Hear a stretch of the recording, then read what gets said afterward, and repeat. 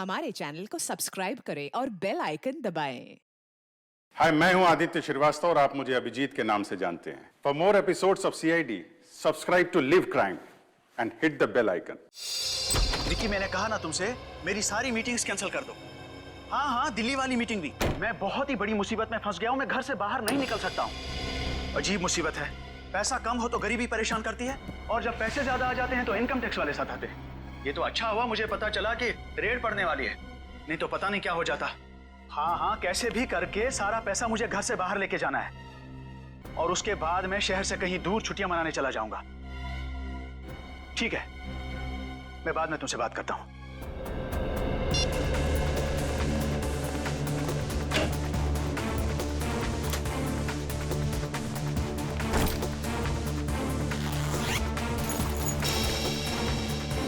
ऐसा तो सारा ठीक ठाक ही लग रहा है।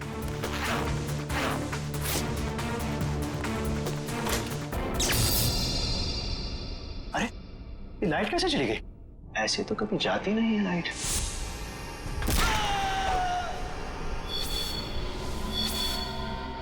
कौन हो तुम और क्यों कर रहे हो ये सब? तुम तो एक लेखक हो ना, जानते ही होगे कि कोई किसी की जान क्यों लेता है। जान लेने की 3 ही वजह होती है: पैसा, प्यार और बदला। मुझे तुमसे बदला लेना है। कैसा बदला? मैं तो तुमको जानता तक नहीं। तुम मुझे नहीं जानते, मगर अंकुश को तो जानते ही होगे ना। अंकुश? अंकुश अनंत, वो मेरे दिल के बहुत करीब था। तुमने उसकी जान ली, अब मैं तुम्हारी जान लूंगा। अंकुश आनंद की मौत का बदला? अरे तुम्हारा दिमाग खराब हो गया है क्या? अरे मुझे निकालो यहाँ से। अरे बचाओ, कोई है? अरे कोई बचाओ। कोई नहीं बचाएगा अब तुम्हें। जिस तरह तुमने अंकुश अनंत को तड़पा तड़पा के मारा था, ठीक उसी तरह मैं तुम्हें तड़पा तड़पा के मारूंगा।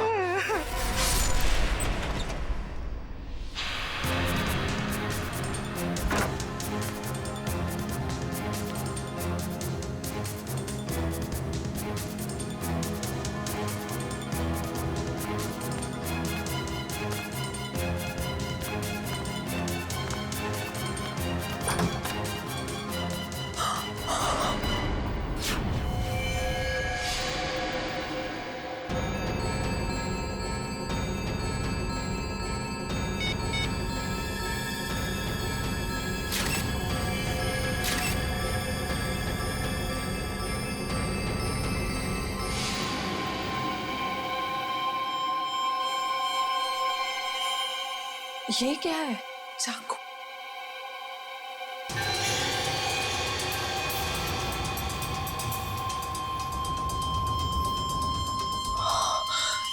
ये क्या किया मैंने? फोटो खींचने के चक्कर में अपनी उंगलियों के निशान चाकू पे छोड़ दिए।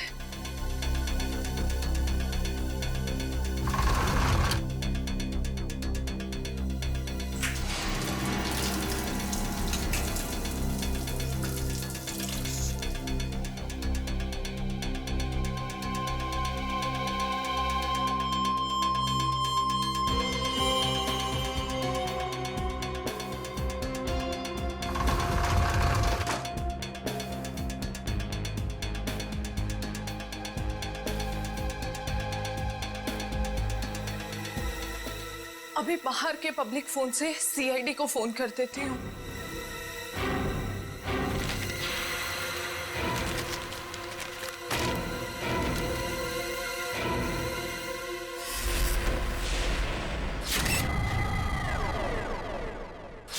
बड़ी बेरहमी से मारा है इसे।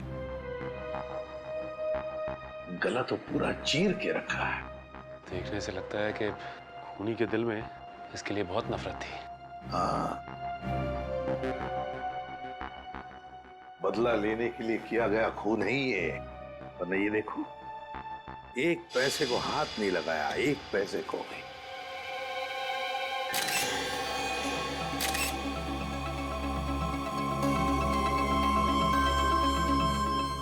सर, हाँ, सर ये देखिए, ये चाकू वहां बेड के पास पड़ा हुआ था।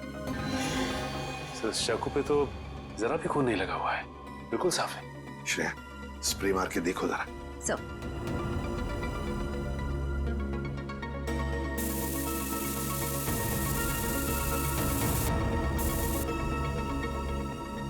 सर ये देखिए, इसका मतलब खून इस चाकू से ही किया गया है। रंग बदल गया, मतलब चाकू पर खून है। खून इसी चाकू से किया गया है। सर एक बात समझ में नहीं आ रही, खूनी ने चाकू को साफ करके यहीं क्यों छोड़ दिया? वो इसे अपने साथ भी तो ले जा सकता था। बिल्कुल, चाकू यहीं पर छोड़ के क्यों गया वो, और वो भी साफ करके? कोई ना कोई तो वजह जरूर है। सर, हाँ दगोड़िया जी का मैनेजर आ गया। आ गया? जी सर। ठीक है सचिन, बॉडी को फॉरेंसिक लैब भेजने का बंदोबस्त करो। अच्छा। इस मैनेजर से मिलता हूँ।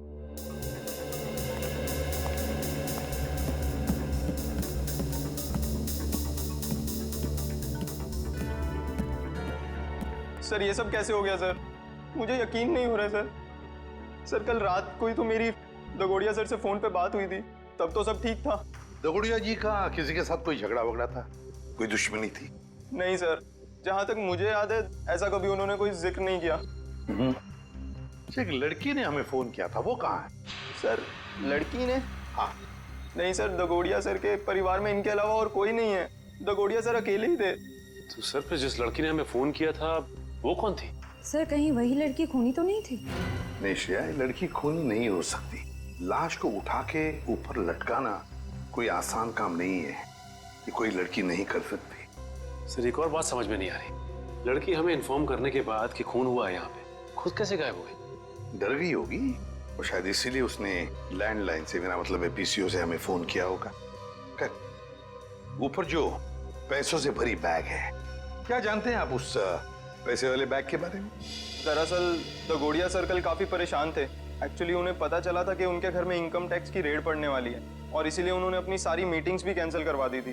अच्छा, तो शायद इसीलिए पैसे ठिकाने लगाने के प्लानिंग में लगे होंगे दगोड़िया जी। और बस उसी वक्त खूनी आ गया और दगोड़िया जी का काम तमाम कर दिया।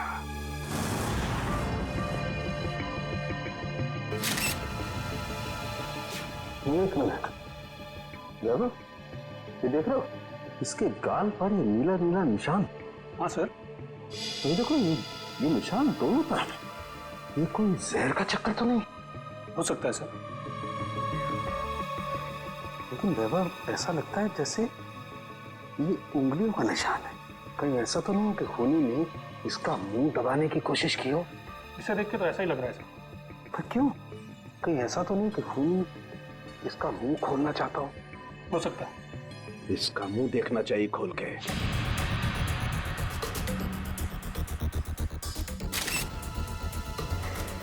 जरा फोर्स देना।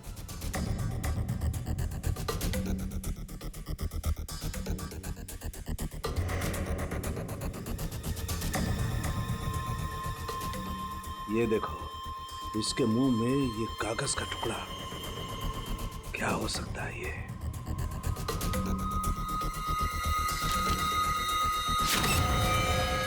अंकुश आनंद, ये किसका नाम हो सकता है? खूनी अपना नाम लिख करके तो कागज का टुकड़ा इसके मुंह में डालेगा नहीं सर। फिर ये चक्कर क्या है?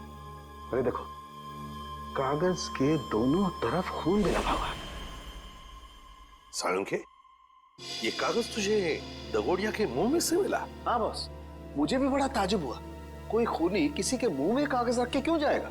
सर ये भी तो हो सकता है कि ये कागज खूनी ने उनके मुंह में ना रखा हो, बल्कि उन्होंने खुद मरने से पहले ये कागज खूनी से बचाने के लिए अपने मुंह में खुद ही डाल दिया। हाँ सर, हो सकता है उनकी मौत इस कागज की वजह से ही हुई हो सकता है वो ना चाहते हो कि ये कागज खूनी के हाथ लग जाए, इसीलिए उन्होंने इस कागज को अपने मुंह में छुपा लिया। नहीं श्रेया, मुझे नहीं लगता कि कागज उन्होंने खुद अपने मुंह में छुपाया, बल्कि जिस तरीके के नीले निशान उनके गालों पर पड़े हुए थे, मुझे तो ये लगता है कि खूनी ने जबरदस्ती उनका मुंह खोला और बाद में कागज उनके मुंह में ठूस दी। साळुंखे, खून से सने कागज पर लिखा अंकुश आनंद। ये जो खून है, क्या दगोड़िया के मुंह के अंदर कोई चोट के निशान या फिर कोई खून था? नहीं बस, लाश के मुंह में किसी किस्म का कोई जख्म या कोई चोट का निशान नहीं था। मुझे लगता है कि खूनी ने पहले दगोड़िया साहब को मारा और उसके बाद ये कागज उनके मुंह में रख दिया। ये जो खून लगा है कागज पे, ये खूनी का है? नहीं सचिन, ये खून दगोड़िया साहब का है। मैंने चेक कर लिया बॉस। सर, इंटरनेट पे ये नाम सर्च किया मैंने, अंकुश आनंद। इस नाम के 2 लोग हैं सर, एक है चेन्नई में और दूसरा नासिक में। पता लगाओ इन दोनों के बारे में। इन दोनों में से एक का संबंध तो जरूर होगा, इस दगोड़िया के साथ जरूर होगा। हेलो, हाँ, कहाँ पे? ठीक है, हम लोग पहुंचते हैं। सर, एक और खून हो गया है, लेखक मुकेश कुमार का। लेखक मुकेश कुमार? मतलब एक और लेखक का खून? तो फिर जरूर इस मुकेश कुमार और दगोड़िया के खून में कोई ना कोई संबंध है, कोई ना कोई संबंध जरूर है।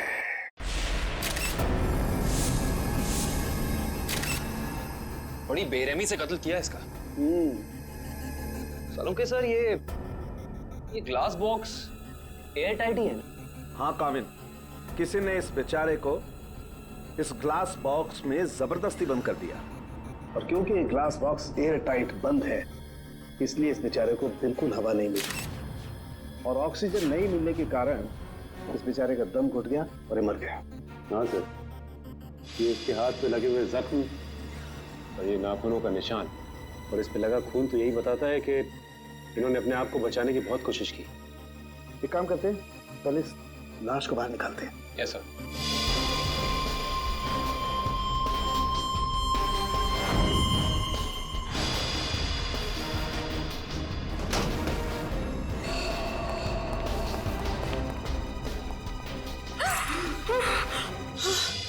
सर, पड़ोसियों को लेकर आया हूँ। इन्होंने देखा है खूनी को अंदर आते हुए। इन लोगों को क्राइम सीन पे लाने की क्या जरूरत थी? वहां पे भी तो रोक सकते हैं ना?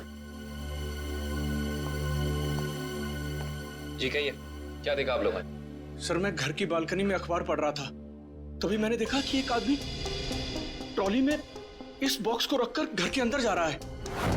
ये ग्लास बॉक्स लेके जब वो घर के अंदर जा रहा था तो उसने हाथ में ग्लव्स पहने थे? नहीं सर, ग्लव्स नहीं पहने थे।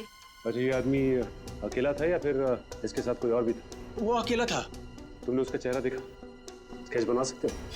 नहीं सर, चेहरा तो याद नहीं।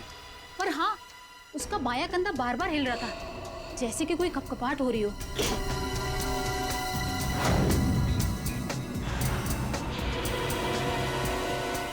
कैविन, यस सर।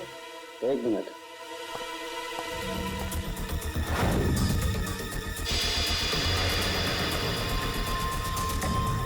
ये देखो कैविन, इस लाश के मुंह में ही ये कागज का टुकड़ा। कहीं इस कागज के टुकड़े पे भी अंकुश आनंद का नाम तो नहीं लिखा? देखना पड़ेगा।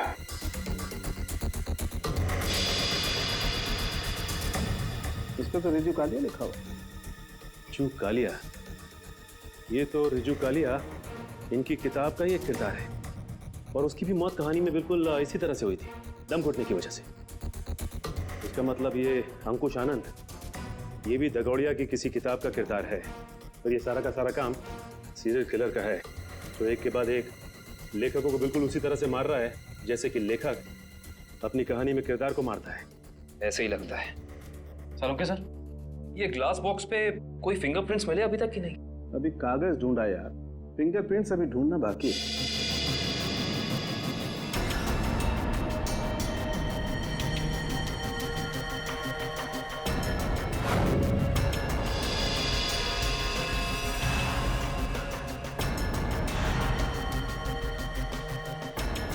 मैग्नीफाइंग ग्लास देना जरा।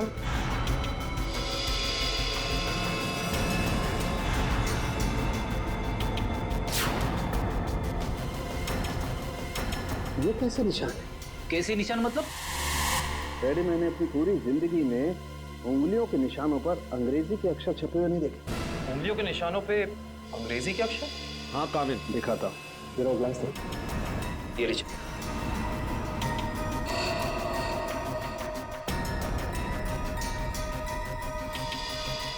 PRIUN देखो, क्या चक्कर हो सकता है? पड़ोसी भी कह रहा था, ये ग्लास बॉक्स लेकर जो इंसान यहाँ आया था उसने ग्लव्स नहीं पहने थे। इसका मतलब ये अनोखे उंगलियों के निशान उसी इंसान के हैं। उंगलियों पे छपे हुए अक्षर? सालुंके साहब, ये कैसे मुमकिन है? मुमकिन है फ्रेडी, बॉडी मॉडिफिकेशन के जरिए मुमकिन है।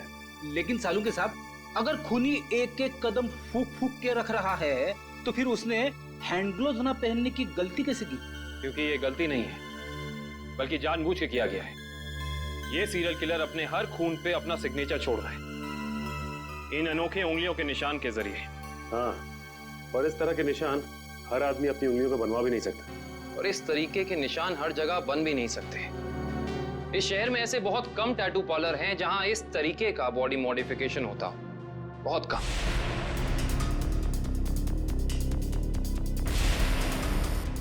यस, ये बॉडी मॉडिफिकेशन आपने किया है? No sir. क्या आपने बनाया?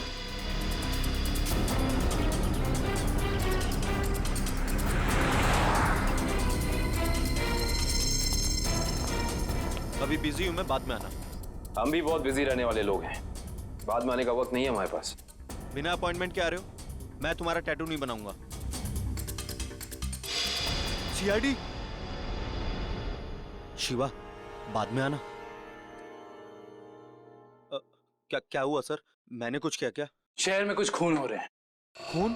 किताब लिखने वाले लेखकों के। लेखकों के? पर मैं तो टैटू आर्टिस्ट हूँ सर, मेरा क्या लेना देना इससे? हो सकता है कुछ लेना देना हो। मैं समझा नहीं सर। बॉडी मॉडिफिकेशन भी करते हो ना तुम? जी हाँ सर, मेरे पास लाइसेंस भी है, मैं दिखाता हूँ। कोई जरूरत नहीं। ये फोटो ध्यान से देखो। ये त्रिकोण वाली कलाकारी तुमने दिखाई थी किसी के हाथ पे? जी हाँ सर, मैंने की थी, पर मुझे नहीं पता था कि ये किलर होगा सर। पता है हमें, डरो मत। हाँ, लेकिन इस इंसान की कोई ना कोई डिटेल तो जरूर होगी तुम्हारे पास, है ना? जी हाँ सर, मैं एक मिनट में लेके आता हूँ सर। जी हाँ सर, देखिए सर, त्रिकोण अनुकरण नाम है इसका। त्रिकोण अनुकरण? ये किसी आदमी का नाम है या किसी एनजीओ का? त्रिकोण मतलब ट्रायंगल और अनुकरण मतलब किसी की नकल करना। मतलब कोई ट्रायंगल बना के किसी की नकल कर रहा है? शायद त्रिकोण नाम का कोई पुराना सीरियल किलर रहा हो जिसकी नकल ये वाला खूनी कर रहा है। एक काम करते हैं, अपनी डेटाबेस में चेक करते हैं कि त्रिकोण नाम का कोई क्रिमिनल था क्या। हाँ निखिल, त्रिकोण नाम का सीरियल किलर कहाँ पे? कौन सी जेल में है? शांति नगर। ओके ओके, ठीक है, थैंक यू। चलो, एक त्रिकोण का पता तो चला है जो ठीक उसी ढंग से लेखकों का खून करता था जैसे अभी हो रहे हैं, लेकिन वो पिछले 4 साल से जेल में है। मतलब या तो ये खूनी जेल से बाहर निकल के मार रहा है या फिर कोई त्रिकोण की नकल कर रहा है। अभिजीत, सारांश। सारांश,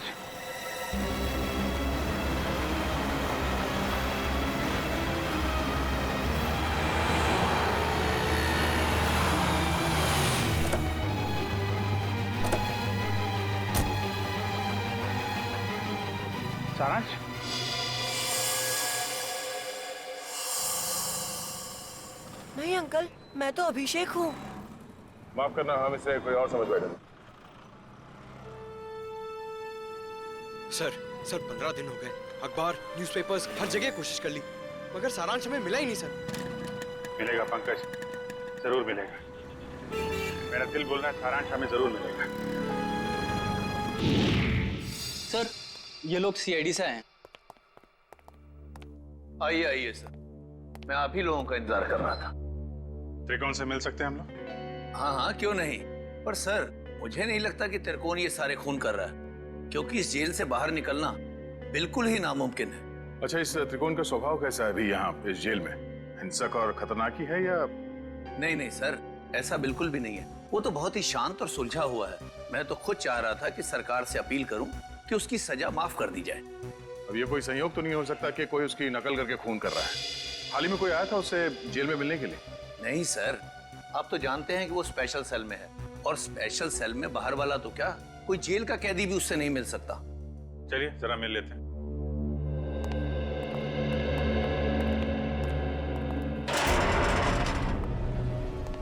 त्रिकोण, देखो तुम्हारे लिए आज कितने खुशी का दिन है। इतने सालों के बाद तुमसे सीआईडी वाले मिलने आए। क्या बात है जेलर साहब, आज आपका कानून मुझ पे इतना मेहरबान क्यों है? मेहरबान नहीं हुआ, बस ये समझ लो कि तुमसे ये पूछने आए कि जेल में बैठे बैठे तुमने दोबारा खून करना कैसे शुरू कर दिया। कमाल है आप लोगों का भी। इतने सालों से मुझे इस जेल में कैद करके रखा है, लेकिन शक करने की आदत आप लोगों की गई नहीं। तो फिर कौन है वो जो बाहर लेखकों के खून कर रहा है ठीक तुम्हारी तरीके से, और तुम्हारी तरीके से कंधे उचकाता है? कौन हो सकता है जो मेरी तरह खून कर रहा है? शायद तुम्हारा कोई परिवार वाला, कोई दोस्त या कोई रिश्तेदार। कोई नहीं है मेरा। बचपन अनाथालय में बीता है और जवानी जुर्म की सड़कों पर। तो तुम ये कहना चाहते हो कि तुम्हारे खून करने के तरीके के बारे में किसी और को मालूम नहीं है? किसी को नहीं। तुम्हें किसी पे शक है? देखो, जो कुछ मालूम है बता दो, शायद हम किसी की जिंदगी बचाने में कामयाब हो जाए। क्या आपकी मदद करने से मेरी सजा कम हो सकती है? वादा नहीं कर सकते, लेकिन अगर तुम्हारी मदद से हम उस नकलची खूनी को पकड़ लेंगे तो दरख्वास्त जरूर करेंगे सरकार से तुम्हारी सजा कम हो जाए। ठीक है, मुझे उम्मीद है कि आप अपने शब्द भविष्य में आगे जरूर याद रखेंगे। मुझे लगता है कि वो मेरे लेखन पढ़ के ठीक उसी तरह खून कर रहा है। तुम्हारा लेखन? हाँ, पढ़ते पढ़ते कभी याद ही नहीं रहा कि मुझे भी लेखन का शौक हो गया है, और मैं लिखने लगा। हर रोज रात को सोने से पहले मैं अपने विचार उस डायरी में व्यक्त करने लगा। मतलब मारने का प्लान, मारने का तरीका, उसका नाम, सब कुछ तुम उस डायरी में लिखते थे? जी हाँ, मुझे लगता है कि वो डायरी उसके हाथ लग गई और वो मेरे विचारों से प्रभावित होकर ठीक उसी तरह जुर्म के रास्ते पर आगे बढ़ चुका है। कहाँ रखी थी तुमने वो डायरी? अनाथालय में छोड़ आया हूँ अपने अतीत के वो पन्नों को। जी, मैं सुरेश बोल रहा हूँ, जी के नगर अनाथालय से। वो जो आप बच्चों की किताबें भेजने वाले थे। ठीक है, मैं शाम को आके ले लूंगा। हाँ जी, नमस्ते। कहिए। सीआईडी? क्या बात है सर? जो बात हम आपसे कहना चाहते हैं उसका संबंध त्रिकोण से है। त्रिकोण? मुझे पता था कि एक न एक दिन त्रिकोण की वजह से यहाँ पुलिस या सीआईडी जरूर आएगी। क्या आप पहले से ही जानते थे कि त्रिकोण गुनाह के रास्ते पर चलने वाला था? नहीं, उसे तो यहाँ से निकले हुए जमाना हो गया। जब वो यहाँ आया था तब सिर्फ 12 साल का था। तो क्या वो बचपन से ही हिंसक स्वभाव का था? नहीं सर, हिंसक स्वभाव का तो नहीं था वो, लेकिन वो घंटों घंटों एकांत में बैठना पसंद करता था। किसी से ज्यादा बात भी नहीं करता था। मतलब वो अकेले बैठ के सिर्फ किताबें पढ़ता था? आपको कैसे पता सर? क्योंकि हम मिल चुके हैं उससे। फिलहाल वो जेल में है। ज्यादातर अपराधों की ही किताबें पढ़ा करता था वो। किताबों के पन्नों में डूबकर एक अलग ही दुनिया में चला जाता था। किताबों के किरदारों से बातें करने लगता था कि तुमने खाना खाया या नहीं। कभी कभी तो मैं डर जाता था कि इसका ये जुनून एक मानसिक बीमारी ना बन जाए। आपका डर बिल्कुल ठीक निकला। उसके इसी मानसिक बीमारी ने उसे मजबूर किया उन लेखकों को मारने पे जिनके उपन्यास वो पढ़ता था और जिनके लेखन से वो काफी प्रभावित था। और उन लेखकों को बिल्कुल वैसे मार रहा है जैसे उन्होंने उपन्यास में किरदारों की मौत लिखी है।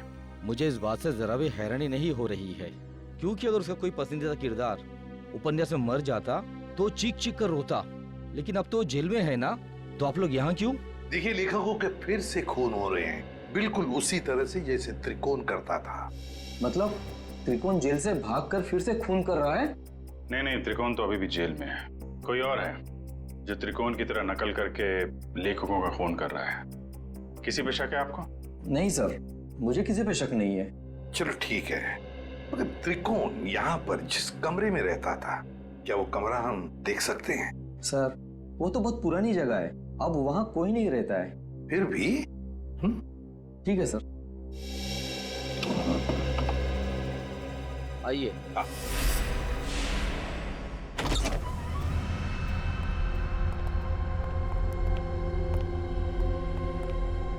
तो ये है त्रिकोण का कमरा। मैनेजर साहब, त्रिकोण के पास एक डायरी हुआ करती थी, कुछ जानते हो उस डायरी के बारे में? नहीं सर, हमें तो ऐसी कोई डायरी नहीं मिली। वैसे आप देख सकते हैं सर, यहाँ पे कुछ पुरानी किताबें पड़ी है, शायद उसमें हो। देखो फ्रेंड, किताबों को ऐसे क्यों रखा गया? संभाल के क्यों नहीं रखा? ऐसे तो दीमक खा जाएंगे इसे। माफ करना सर, दरअसल इस कमरे की तरफ मैंने ध्यान ही नहीं दिया।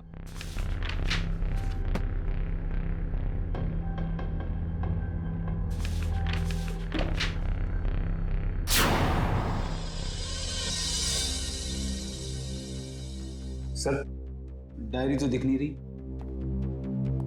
लेकिन मुझे कुछ दिख रहा है सर। क्या? सर, ये ईंट देखिए दीवार पे। बिल्कुल अलग है। पूरी दीवार में जितनी ईंट है उससे अलग है। दया, जरा देख लो। सर, वो केस याद है ना आपको?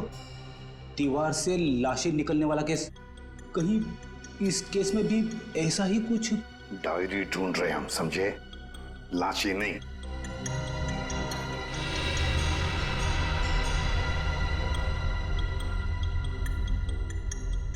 नहीं फ्रेडी, क्या लाश तो दूर, एक किताब भी नहीं रख सकते हैं। सर, देखिए, फाइल कार्ड है।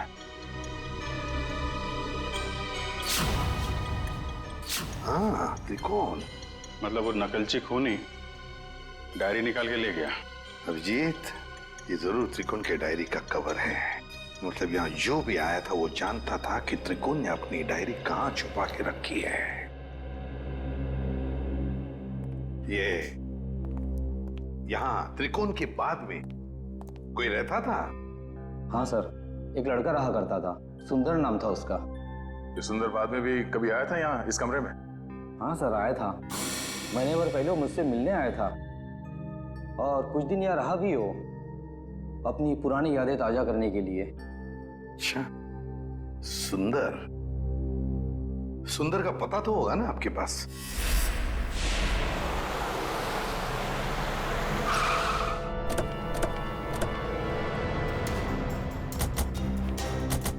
वाह भाई वाह, कितना आलीशान घर बनाया सुंदर ने।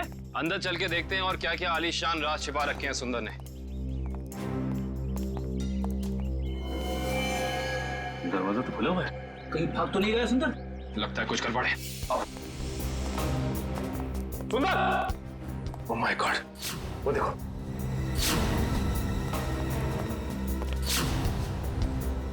लगता है ये मर चुका है।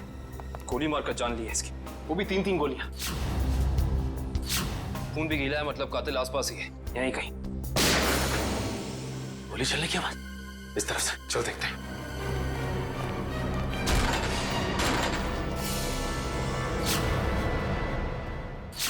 देखो से, सुंदर जी, हाथ ऊपर।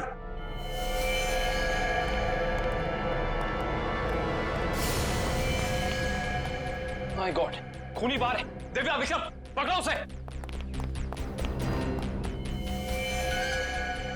लगता है ये हमें कुछ बताना चाहते हैं। हाँ कमित।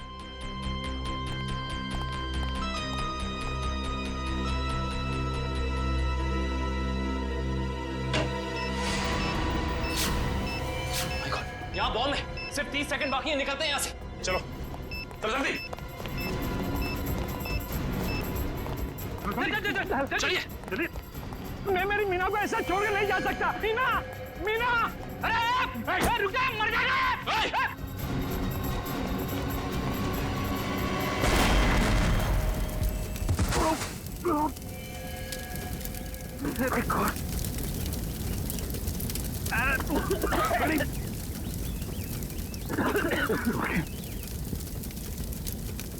लगता है बीवी और नौकर के साथ साथ सुंदर जी भी मारे गए। सर, आप लोग ठीक तो हैं सर? हाँ, हम सब ठीक है। उस खूनी का क्या हुआ? सर वो निकल गया। निकल गया? वाह, मतलब तुम लोग समझ पाने से पहले ही ब्लास्ट हो गया। वो आदमी तुम्हारे हाथ से निकला और ब्लास्ट पे मर गया। वाह। हाँ सर, वो सुंदर की पत्नी और नौकर को तो पहले ही मार चुका था। बस वो यही चाहता था कि सुंदर भी मर जाए और हम ये केस बंद करते हैं। सचिन, तुम्हारे कहने का मतलब है कि सुंदर असली सीरियल किलर नहीं है? नहीं सर, उस किलर को हमने भागते हुए देखा सर। हम लोग उसे पकड़ नहीं पाए। सर एक बात और, जब वो भाग रहा था तो अपने कंधे को बार बार झटक रहा था सर। असली किलर भागते हुए कंधे झटक रहा था। सुंदर असली किलर नहीं है। तो फिर ये असली त्रिकोण का अनुकरण करने वाला, उसकी कॉपी करने वाला त्रिकोण अनुकरण, ये जो भी कोई है जो हमें फंसाने की, गुमराह करने की कोशिश कर रहा है, इससे तो अब हम उसी की खुद के ही जाल में फंसा देंगे। हेलो, एक और खून? लेखक कुशल, ठीक है माता। लेखक कुशल का खून? ये त्रिकोण अनुकरण तो खून पे खून किए जा रहा है। लेकिन सर, ये त्रिकोण अनुकरण एक के बाद एक लेखकों को ही क्यों मार रहा है? वही तो फ्रेडी, वही तो 3 लेखकों को मार चुका है ये त्रिकोण अनुकरण। जरूर इसके पीछे कोई ना कोई राज है, कोई ना कोई राज है जो असली त्रिकोण हमसे छुपा रहा है। सुंदर बॉम्ब ब्लास्ट में मारा गया? हाँ, और उसके बाद एक और लेखक कुशल का भी खून हो गया। अभी तो आप कह रहे थे कि सुंदर ही वो नकलची खूनी है। अगर सुंदर मारा गया तो फिर कुशल को किसने मारा? बंद करो ये ड्रामा, समझे?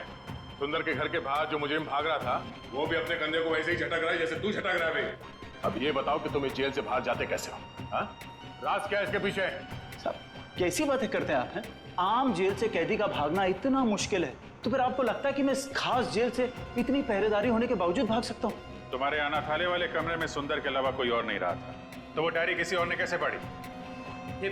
किसी ने वो डायरी पढ़ी या नहीं पढ़ी ये मुझे नहीं मालूम है, लेकिन मेरी डायरी में अगला नाम उस कुशल का था जिसे मैं मारना चाहता था।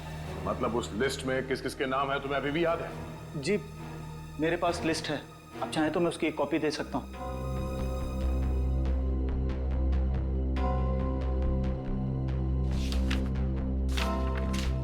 पहले देना चाहिए था, शायद कुशल की जान बच जाती। मुझे इस चीज की उम्मीद नहीं थी।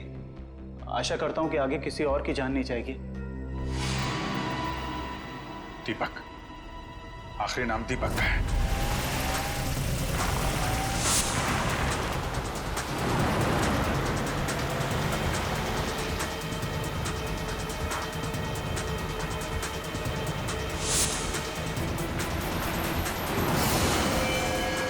सर दीपक डाउन गाड़ी में।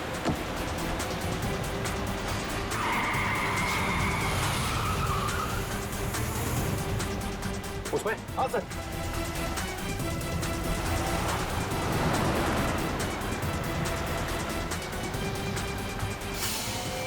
आज ये नकलची लंगूर हमारे हाथ से बचेंगे नहीं।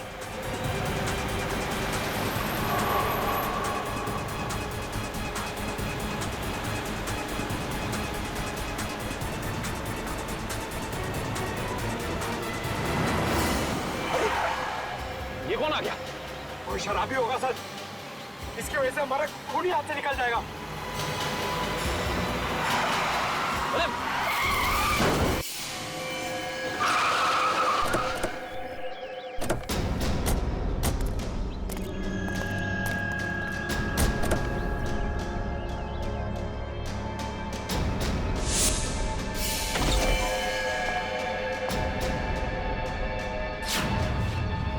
इनका तो बहुत खून भरा है। सर वो फोटोज कैसी है? फोटोज? एक सेकंड।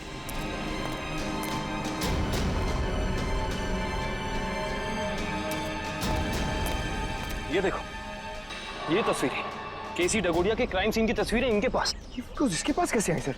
ये कोई जर्नलिस्ट या रिपोर्टर तो नहीं? जर्नलिस्ट को तो वहां अंदर आना अलाउ नहीं किया था। सर इसका मतलब ये हमारे पहुंचने से पहले वहां पहुंच गई थी। हो सकता है पंकज, कहीं ये वही लड़की तो नहीं जिसने हमें फोन करके बुलाया था? इसका होश में आना बहुत जरूरी है। दिव्या, पानी की छींटे डालो।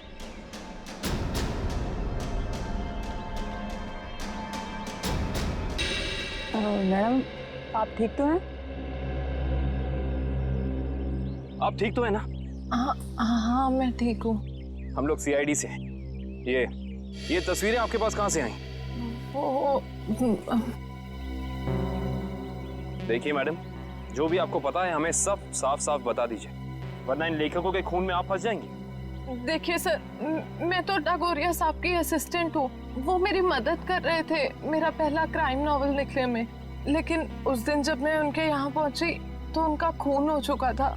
फिर मेरे दिमाग में एक आइडिया आया, मैंने सोचा कि क्यों ना मैं इस पे एक नॉवल लिखूं। बस इसीलिए मैं आप लोगों का पीछा कर रही थी, ये जानने के लिए कि आप लोग कातिल को कैसे पकड़ेंगे। आप हमारा पीछा कर रही थी, इसका मतलब आप जानती थी कि हम कौन हैं? हाँ। अपनी नॉवल में ये भी लिख देना कि तुम्हारी वजह से खूनी हमारे हाथ से निकल गया। देखिए सर, मुझे माफ कर दीजिएगा, मैंने ये सब जानबूझ के नहीं किया।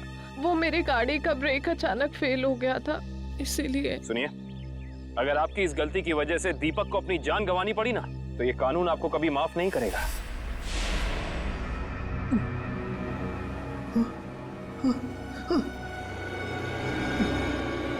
मुझे छोड़ दो, प्लीज प्लीज मुझे यहाँ से जाने दो। जाने ही तो दे रहा हूं तुझे। बहुत जल्द तू भी शेखर के पास पहुंच जाएगा। इसी तरह कुर्सी पर बांधकर मौत दी थी ना तूने उसे, अब तोहफे में तुझे भी यही मौत मिलेगी।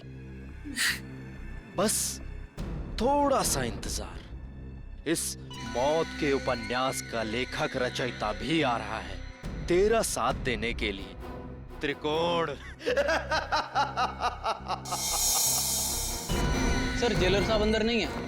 जरा बुलाओ उन्हें, हमें त्रिकोण से मिलना है। सर जेलर साहब तो त्रिकोण को लेकर हॉस्पिटल गए हैं। उसे अचानक से दिल का दौरा आया है। दिल का दौरा? कौन सा हॉस्पिटल ले गए? अरे आप लोग? त्रिकोण कहाँ है? आईसीयू में है। क्या बात हो गई? झूठ बोलता है वो हमसे। अब भी कुछ है जो हमसे छुपा रहा है। चलिए दिखाइए। आइए।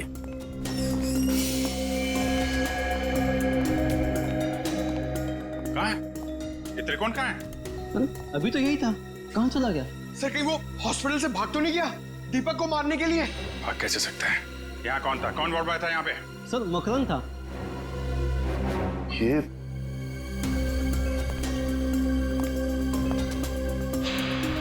अभिजीत, तो बेहोशी की दवाई है। अभिजीत ये देखो, मकरंद का पैर नीचे गिरा पड़ा है। ये बेहोशी की दवाई कहीं मकरंद को कुछ हो तो नहीं गया? नहीं सर, अभी कुछ देर पहले ही देखा मैंने उसे। किसी मरीज को हॉस्पिटल के बाहर लेके जा रहा था वो। ये मकरंद अभी वापस आएगा? नहीं सर, उसकी ड्यूटी खत्म हो गई। इसमें कहाँ मिलेगा वो? सर दारू के ठेके पे। अच्छा, तो ये है मकरंद जी। हाँ सर, ये बार में बैठ के अपने दोस्तों के साथ शराब पी रहा था और अपने जुर्म के किस्से चटकारे लेकर सुना रहा था सर। तो हमने सोचा क्यों ना इसे ब्यूरो में ले चलें, इसकी अच्छी तरह से खातिरदारी करें। वाह वाह वाह सचिन, ये तुमने बहुत अच्छा काम कर दिया। क्यों मकरंद जी, अब हमें भी सुनाओगे ना अपने कारनामों की कहानियां? क्यों, बताओ। साहब मुझे 1 लाख रुपए दिए गए थे उस मरीज को अपने वार्ड से बाहर लाकर गाड़ी में बिठाने के लिए। क्या? हाँ साहब। 1 लाख रुपए के लिए अपने आप को बेच दिया तुमने? किसने दिए थे पैसे तुम्हें? साहब ये मत पूछिए, अगर उसे पता चला कि मैंने उसका नाम बता दिया तो वो मुझे। अच्छा, तो तुम्हें क्या लगा हम तुम्हें ऐसे ही छोड़ेंगे? और खातिरदारी करेंगे हम तुम्हारी, ऐसी खातिरदारी कि जिंदगी भर याद रखोगे। क्यों सचिन? बिल्कुल सर। अरे नहीं साहब, इसकी क्या जरूरत है? मैं बताता हूँ ना साहब, बताता हूँ मैं। फिर बताओ जल्दी। ढूंढो इस घर को अच्छी तरह से ढूंढो। देखो कहीं छुप कर बैठा है क्या? कोई ना कोई सुराग तो जरूर मिलेगा।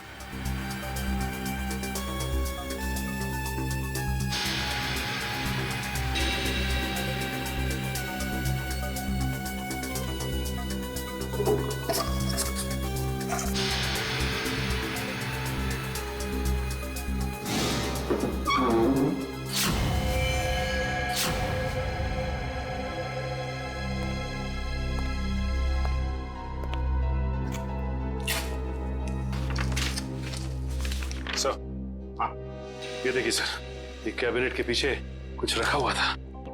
कागज है? हाँ सर, पेपर्स ही है। डायरी के पन्ने हैं? अरे ये तो त्रिकोण की डायरी के पन्ने हैं। यही तो हम ढूंढ रहे थे उस अनाथ आश्रम में। My God. क्या हुआ सर? श्रेया, इसमें लिखा है कि दीपक वो आखिरी लेखक है, दीपक जिसकी वो जान लेना चाहता है। इसका मतलब दीपक की जान को खतरा है? सिर्फ दीपक की जान को ही नहीं, उसके अपनी जान को भी। क्योंकि दीपक को मारने के बाद लगता है उसकी जिंदगी का मकसद पूरा होता है और फिर वो अपनी जान खत्म करना चाहता है। मतलब सर, इस नकलची खूनी ने त्रिकोण को सिर्फ इसलिए अगवा किया हॉस्पिटल से ताकि वो उसे मार सके, और फिर वो उन दोनों को वहीं पे मारेगा सचिन, वहीं पे मारेगा जहां से लेखन शुरू हुआ है, उस अनाथ आश्रम में, उस अनाथ आश्रम के कमरे में। ये ठीक नहीं है, इसका अंजाम बहुत बुरा होगा। तुम्हें अंजाम की फिक्र कब से होने लगी त्रिकोण? और ये सारा खेल तो तुमने ही रचा था। मैं तो बस इसे इसकी मंजिल तक पहुंचा रहा हूं। मुझे अपने द्वारा रचे इस गुनाह की गहराई का अंदाजा हो गया है। हम दोनों को मारकर भी तुम्हें वो शांति नहीं मिल सकती जिसके लिए मैंने इतने खून किए।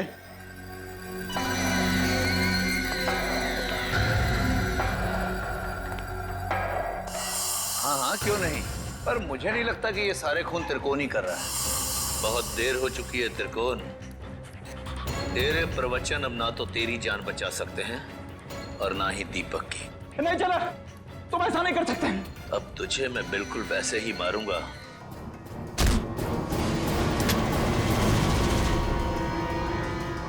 जेलर साहब उर्फ त्रिकोण अनुकरण, बहुत झोंक लिया दुनिया की आंखों में धूल। आगे की कहानी हम तुमसे ही सुनेंगे। बताओ जल्दी, क्यों मारा तुमने? मैं जानता था मेरे लेखन में वही आकर्षण है, वही शक्ति है जो उन लेखकों के लेखन में थी जिनका मैंने खून किया। और इसीलिए त्रिकोण ने मुझे इसके अनाथालय भेजा ताकि इसकी डायरी के बहाने मैं इसका लेखन पढ़ सकूं और इसका फैन हो जाऊं, और ऐसा फैन हो जाऊं कि ये मुझसे जो चाहे वो करवा सके। जेलर साहब को फैन बनाने का मेरा सिर्फ और सिर्फ एक ही इरादा था, ताकि मैं अपनी सजा कम करा सकूं। इसलिए मैंने अपने हिसाब से इन्हें खून करने पर मजबूर किया, ताकि मैं आप लोगों की मदद से सुंदर को पकड़वा सकूं और अपनी सजा कम करा सकूं। और सुंदर को बलि का बकरा बनाने के बाद मुझे इस बात का अंदेशा हुआ कि त्रिकोण का सपना कभी पूरा नहीं होगा। इसके लिए कुशल, दीपक और त्रिकोण की जान लेना भी जरूरी है। तो मैंने त्रिकोण के खाने में एक दवा मिला दी जिससे इसको दिल का दौरा पड़े, और फिर मैं इसे अस्पताल से अगवा करके इसको इसकी मंजिल तक पहुंचा सकूं। अगर सीआईडी को सुंदर की लाश मिल गई तो शायद वो सीरियल किलर को ढूंढना बंद कर दें, मगर फिर त्रिकोण के उस सपने का क्या होगा? उन सब लेखकों को मार के मोक्ष प्राप्त करने का सपना? नहीं, मैं पूरा करूंगा त्रिकोण का वो सपना। मैं त्रिकोण को गुमराह होने नहीं दे सकता। उन सब लेखकों को मैं मारूंगा, और फिर उसके बाद त्रिकोण को भी मैं जिंदगी की जंजीरों से मुक्त कर दूंगा, जैसा कि वो चाहता है। सुंदर के मरने के बाद आप लोग कुशल की मौत की खबर लेकर आए, तो मैं समझ गया ये जेलर किसी को नहीं छोड़ेगा, एक एक करके सबको मार देगा और अंत में मुझे मार देगा। तो और क्या करता? तुम्हारे लेखन में कशिश इतनी है। फिर मैं समझ गया, अगर मुझे बचना है तो उसका सिर्फ एक ही रास्ता है, सीआईडी को तुम तक पहुंचाना, दीपक के घर। वाह रे वाह, कानून का रखवाला, वाह। और ऐसा घिनौना काम, एक मुजरिम का साथ दिया तुमने। मैं जानता था कि सीआईडी कभी ना कभी पूरा सच जान लेगी, मगर मैं क्या करता? इसके लेखन के आगे मैं बेबस हो गया था, और इसके शब्दों के माया जाल में मैं एक खूनी बन गया, एक सीरियल किलर। चुप! बकवास, बकवास है सब। तुम दोनों ने मिलकर कितने सारे मासूम लोगों की जानें ली। तुम्हें तो जीने का कोई हक ही नहीं। कानून तो तुम दोनों को फांसी ही देगी, फांसी। For more updates, subscribe to our channel, click the show links and enjoy watching the videos.